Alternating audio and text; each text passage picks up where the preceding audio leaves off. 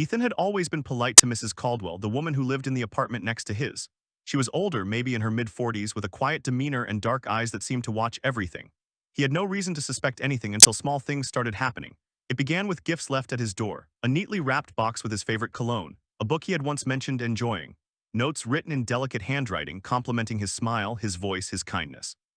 At first, he assumed it was a secret admirer, maybe a classmate or a coworker, but then he saw her watching. Whenever he left for work, Mrs. Caldwell was there, sitting on the bench outside the building, waiting by the mailboxes, pretending to be occupied but always glancing at him, her expression unreadable. Then came the messages. He hadn't given her his number, but she had it. Long, rambling texts about fate, destiny, how they were meant to be together.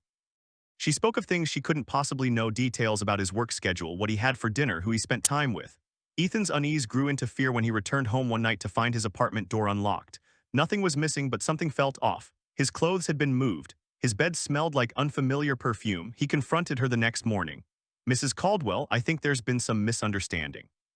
I don't know how you got my number," but she smiled, tilting her head. "Oh, Ethan, you don't have to be shy. I know you feel it too. I see it in your eyes." He stepped back, his heart pounding. "I need you to stay away from me." The smile vanished. Her face darkened, twisting into something unrecognizable. "You don't mean that." The next week was hell. He woke to scratching sounds at his door late at night. His tires were slashed. He received emails from unknown addresses filled with disturbing fantasies about their future together.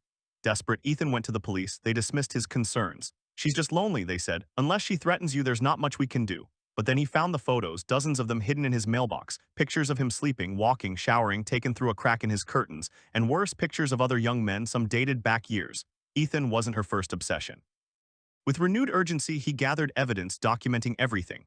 He reached out to one of the men in the photos, a barista who had moved out months before. The relief in his voice was chilling. "You need to get out of there now." That same night, Ethan packed a bag and left town. A week later, the police called. Mrs. Caldwell had been arrested, her apartment searched. What they found was worse than he imagined: lockets of hair, stolen clothing, diaries filled with delusions of love and ownership.